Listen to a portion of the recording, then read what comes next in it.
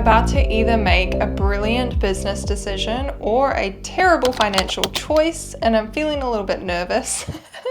Of course, we have the emotional support water bottle, but I did break my emotional support water bottle, so I need to get a new lid because this is quite sharp. Let me show you my outfit today. I'm wearing my little Odd Muse outfit that you will have seen in a previous video, and this is just the perfect like throw it on and I look like a boss outfit. I haven't done my makeup though, so I kind of look like an egg, but we're rolling with it. For those of you who might be new around here, I have owned a content studio here in Auckland where I'm based for over a year now, almost a year and a half. This has been kind of like my passion project, my side hustle. Obviously, my full-time gig is running my digital marketing agency and my coaching business. And this was just something that I decided I wanted to do in 2023 and just to be like, screw it. I'm going to see if this works. I'm going to see if I can make this happen. And the business has definitely been successful. It's been awesome watching the studio kind of evolve. We've made so many changes to the space.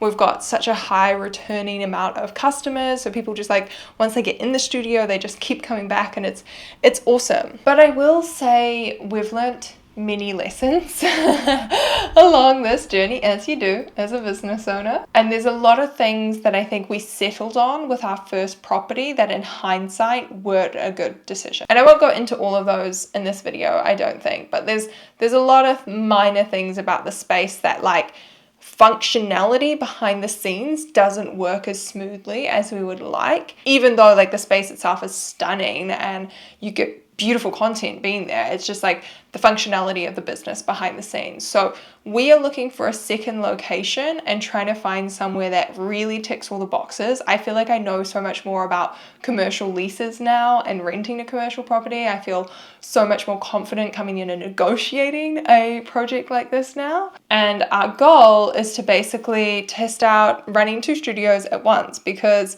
we really want to grow this into potentially like a nationwide sort of business where we have locations in Auckland and Wellington and Christchurch. But we want to test things out first by having 2 locations in Auckland. Again, fine-tuning our systems and processes, testing things out in a new location and seeing what magic we can create there. We also really want to potentially introduce more of a podcast recording studio with this new location, because that's something we did not think about previously with a content studio.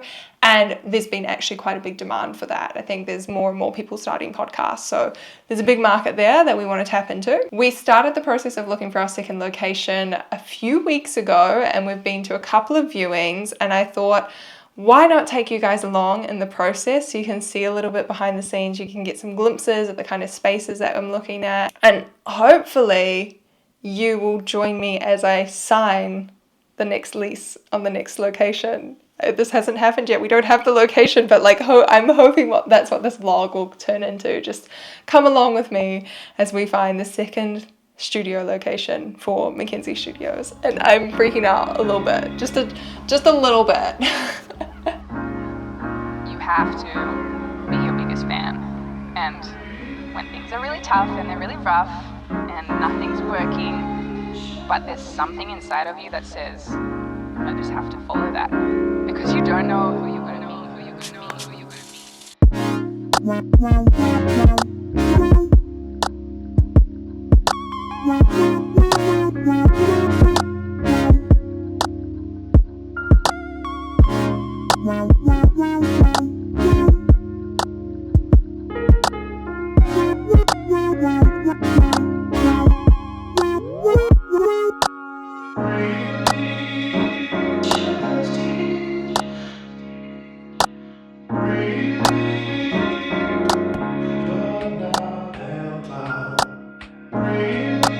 We've been to 3 locations so far, and I'm kind of gutted the third one I thought was going to be the winner, and it just like it turns out the access is just not very easy. I thought it was on the ground floor, but it's actually on like the second floor. And that's one of the things with the studio where like even if it's a beautiful building with beautiful light, if it's not going to be easy for clients to check in and check out of themselves, then you have to have someone on site, which massively increases your costs and really just doesn't make the business as viable. Okay, time to head to the next location. Fingers crossed we find something special.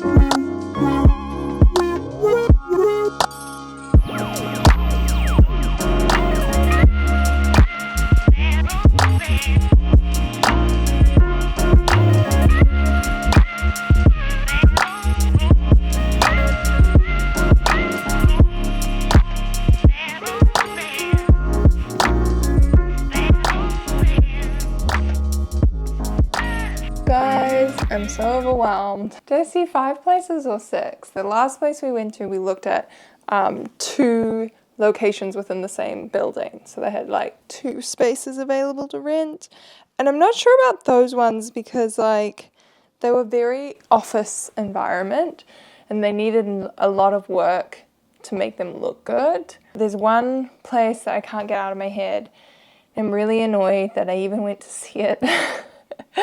Because it's definitely too expensive, and not just for us, but I kind of think from my research that it's like pretty overpriced for what they're offering. Like they're really charging like you're on the main road and you're getting street frontage and rah rah rah when you're like you're not really, you're on a side street. And for the like size and cost per square meter, it just doesn't make sense in my head personally.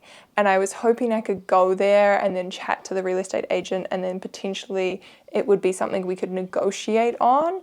But because it's a brand new building, it sounds like the owner or the developer doesn't want to negotiate because that will impact his ratings or what it is, his valuation from the bank if he signs a lease that's like lower than the price that they listed. And now I'm like really sad because I did the numbers and I was like, oh my God, that would be a lot of monthly rent once you added your GST and everything. And I was like, I don't think I can do that. But then in my head, there's this little small voice that is like, but it would look insane. I have the vision, but I don't have the money. Which is a crucial component. No, it's just because the structure of this business and the way that it works is our main operating expense is the rent. So if we are paying too much rent, that means that we have to increase the hourly rate for people to hire and use the studio. And I just don't know how our customers would respond to that. And I'm just really confused now and overwhelmed because I can't get that one place out of my head. But I literally looked at 5 other places and none of them were like quite perfect. I think I need to crunch some numbers and pull up all the videos that I took today and create a little plan for like what each space would look like and the costs involved for fit outs, and just to clear my head a little bit. But I don't think we've found the place yet. I don't think so. Okay guys, it has been a couple of months. I just watched back the previous clips on this memory card to be like, when did I last film anything about the studio? And I was like, oh funny, I'm wearing the same top and it's been many months, but you wouldn't even know that. Huge update. We've found the location and it is not any of the places that I showed you. So before I started filming this video, we went and visited 2 locations just to kind of touch base again with the agent that we'd used, start back up the conversation, and we saw this amazing location second and I really liked it. It ticked a lot of boxes, beautiful natural light, lovely space. Ironically, now we've found out that previously it was used as a photography studio, so it makes sense why it was so beautiful. But we thought it was too similar to our current property. We were worried about too much of like a crossover. We wanted the new space to look different. However, the more properties we looked at, the more we realized this space really was perfect. And it's not really in the way that it looks. Like it doesn't look like anything special on the outside, but it's the functionality of the space. It's the fact that our landlords live right next door and we've had major issues with the landlord agency that we're currently with. And that was something that was really important to me, to have like a landlord we could build a good relationship with. It's also all about the access. Like if you are looking to open a content studio, you've got to think really hard about how you want to structure it and how it's going to work for you. Because I see a lot of people who have full service studios where they're there on site with the guests doing content production, whether it's videography, whether it's podcasts, whatever it might be. And that is not the business model that I want. Both Ali and I want something that's very hands-off. Like, this is an additional revenue stream for us, a side hustle in a way, and we're building an asset that ideally we would sell one day once we build the brand up and we open multiple locations. So I feel like my approach to finding the perfect location is quite different to other people. We also had a lot of non-negotiables in terms of, like, we really wanted it on ground level or some sort of ground level access. No stairs, because we found that was a big issue with a lot of our clients trying to bring in all of their gear. It was a lot of work, even for me, bringing in my own tripods and cameras and stuff. And the more places that I saw, the more I kept coming back to that second location. And it was a higher price point, but not as high as that favorite place that I went to. I would have shown in the last clips. Like, that one was like $15,000, $20,000 a year more. So it was in the upper end of our budget. However, after doing some more thinking, we felt like the quality of the space and the location was worth paying extra for. And we kind of came to the conclusion, like, anywhere we went, we'd have to pay more because we don't want a repeat of our current studio and the problems that we have with that. We need something better. We very intentionally kind of started our negotiations before Christmas, and part of me was like, oh, maybe we could push this through and get this up and running over the New Year period, but we weren't entirely sure yet. We were still kind of running numbers, making plans, figuring out how would you utilize the space, and the negotiations were kind of pushed into January, which was also kind of good for us because we knew the space had been available for rent since July, and we knew we were like in a position to negotiate. So we went in with quite a low offer. They came back with a counter offer. Then we did some more negotiating on like perks. So they didn't want to go any lower with their rent, but they did throw in a car park for us for free. And they did also add security cameras and a digital door lock for us. So the reason I wanted to discuss this, and I know this is like kind of boring for some people, like, you're like, just show me the content studio. I want to see the shopping and the furniture, Alan. But if you're really interested in opening a content studio and you're going to go through and do a commercial lease, I wanted to share this experience because the first lease that we signed on our Simon Street property, I had no idea what I was doing. And I didn't realize how much power you have as the tenant when it comes to negotiations. And it was one of the things that I regretted. I mean, there's a few things I regretted when it comes to our landlord on that property, but I just walked into the situation having no idea what to do, and I didn't really have anybody advocating for me. I just kind of did what the agent told me to. And I just want to say everything's negotiable in terms of a commercial lease. We did try to negotiate for a free rent period while we set up the studio. This is what we did with our previous lease. Actually, that was the one benefit we had. The landlord didn't want to agree with that, and that was why we ended up going down the route of their installing new door locks and a new security system and these other things, because that would have been stuff we'd have to pay for out of pocket, and now we don't have to. So it does kind of work out in the end. It had to go through all the final negotiations. Then we had to have a contract drawn up. Then that went to their solicitor. Then it goes to our solicitor. And it's a very slow, boring process. So I have just signed the contract, and I have many mixed feelings. I have been building a bit of a Pinterest board with ideas of what we would like to do.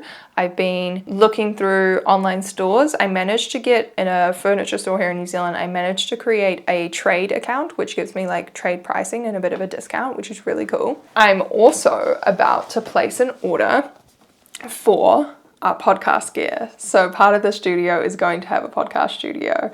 And I'm very nervous about it because, like, I'm not an audio technician, an audio engineer or professional. So I'm trying to do a setup that's very easy for other people to just come in and use, because we don't want someone on site managing the studio. We want it to be self-service. So like, this is so fun. I literally have like a cart here full of podcast mics, stands, and I'll show you all of this when it arrives. I actually need to pop down to their physical store to pay for it because it won't let me use my credit card online, and I want to get the points for this. So that comes through as $1,300. As you guys can imagine, it's an expensive process setting up a new studio, but because we've done it once already, we're feeling pretty confident.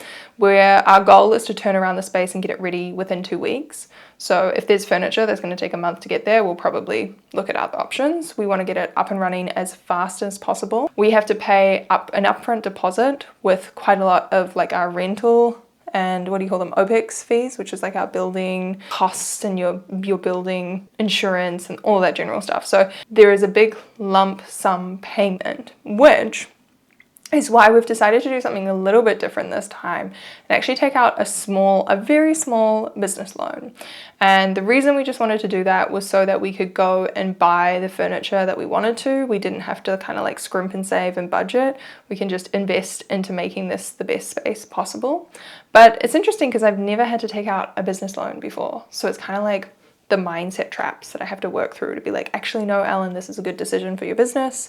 And what makes me feel really good about it is we've still got cash in the bank. We're still paying for all of our upfront lease costs. And the money that we will be taking out as a business loan will be used on furniture. So we're actually using it to buy assets. So worst case scenario, we sell all the furniture to pay back the loan. But again, it's quite a small loan, but it's going to just give us that little bit of extra cash in this initial period where we have so many upfront costs. I don't mean to like ramble a lot in this because I feel like when I just sit down and talk, it's not the most engaging vlog.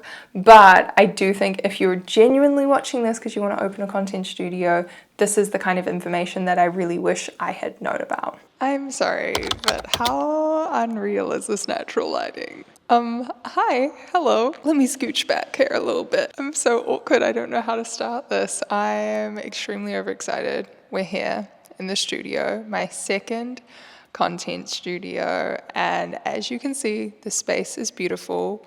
We've got some little side rooms. I'll take you on a tour in a second. We got the keys the other day, and I'll put the little Instagram videos that we took of coming into the property. And like, you know, when you go through 2 months of lease negotiations, you start to second guess yourself. You're like, is this the right location? Was it as good as I thought it was? And then we arrived, and I was just like, wow, I love it even more, which is just so exciting.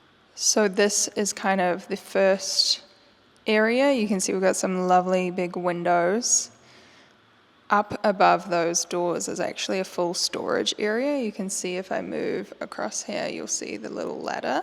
There's our ladder. So we are very excited about all the storage. This room in the middle will probably just be storage for studio lights and tripods that we want our clients to have easy access to. And in that second room, we're going to dress it up, make it look really cool, and make it into a bit of a dressing room. This back door here is a game changer. This goes out onto a loading dock so people can drive straight up and unload their gear, unlike in our current studio, or our first studio, I should say, which is all the stairs. The ceilings are just beautiful and the lights are amazing. Quick interruption there. As you can see by this cardboard box, the first furniture delivery has arrived, and I'm sorry if it's really echoey. That's why I'm like holding my mic up really close, because this is a huge area and we really have like no furniture. You can see we've already moved Dinkin, and you're currently sitting on couple boxes, but that's where I was filming just before, and we have this whole second room. And once we get our furniture in here, it's definitely going to be a lot less echoey. I didn't get any footage of the furniture arriving because I didn't want to film the delivery guys, but it was super easy with our amazing loading dock entrance over there. And yeah, so this is the second part of the studio, and we've got aircon in here, which is so exciting, a little bathroom and a kitchenette. And then this is kind of like the main entrance that goes down to the street, but I think most people will use the back door because it's easy to unload all your gear. Now this currently looks like a super boring office boardroom, but we're going to be transforming it into the podcast studio. Podcasting wasn't really something we considered when we set up our first studio in 2023. Obviously, I have my own podcast and I've been happy recording some video episodes in our Simon Street studio, and we've had others who have been recording in there, but I don't think we quite realized the demand that there would be for podcast recording. And most podcast recording studios we have here in New Zealand, at least, are like you have to have an audio engineer on site controlling everything. And I just wanted everything to be super easy self-service, because personally, when I'm recording on my podcast, I don't actually want a random audio engineer listening to me record. It would probably make me really embarrassed. So we wanted to create that kind of environment for people to just come in and unleash their creativity, which has always been the goal for Mackenzie Studios and our first location. And now we're just picking things up a notch. I am feeling, funnily enough, quite confident. I thought I'd feel really overwhelmed and anxious, but there's something about the magic of the space that I just walk in here and I'm like, I know this is going to be a success. Like, we have improved so much from the Simon Street location. We have made such smart choices with this location, with the setup, with the studio, and it just, I just feel excited for what's to come. And I'm actually going to finish this vlog here and turn it into a little bit of a 2-part series. So the next video, I'll share sort of unboxing all of this mysterious furniture behind me. I'll share a little bit more of the styling. You know, we've got lots of stuff on order. We've got some art on order. We've got curtains on order. We've got the podcast gear arriving soon. So the next vlog will very much be like making this space look magical and bringing it all together, documenting a bit more of the marketing, the launch process, and of course our launch party, which I haven't even begun to start planning yet. And yeah, this week has been super overwhelming but super exciting. Getting the keys for this place on the same day, I actually had I had my business operations manager who I just hired start, so it was her first day. So it was like a huge shift behind the scenes for my business and a huge milestone. And then the studio on top of this, and it's just been, I don't know, it's just been a week of milestones and I'm feeling freaking excited. It doesn't feel stressful or like anxious. Famous last words. So I'll probably be like super stressy and anxious next week, but we'll see. But like, it just feels right. It feels meant to be, and I don't care how woo-woo that sounds. It's exactly how I feel. And honestly, I have been in like emotional tears, like not sad tears, but like happy tears. And I just feel like, I'm not gonna lie, I feel like a bit of a badass for making this decision and for taking this leap and opening the second location, because there's going to be a lot of money poured into this place. And it's a bit of a risk. It's definitely like a riskier investment, but like I just feel so confident in it. And I hope you guys enjoy these little vlogs coming along behind the scenes. And very soon I'll be recording videos in here and recording video podcasts in our new studio. Thank you guys so much for watching. Throw the video a thumbs up. Make sure you're subscribed, and I'll see you in part 2 of this series.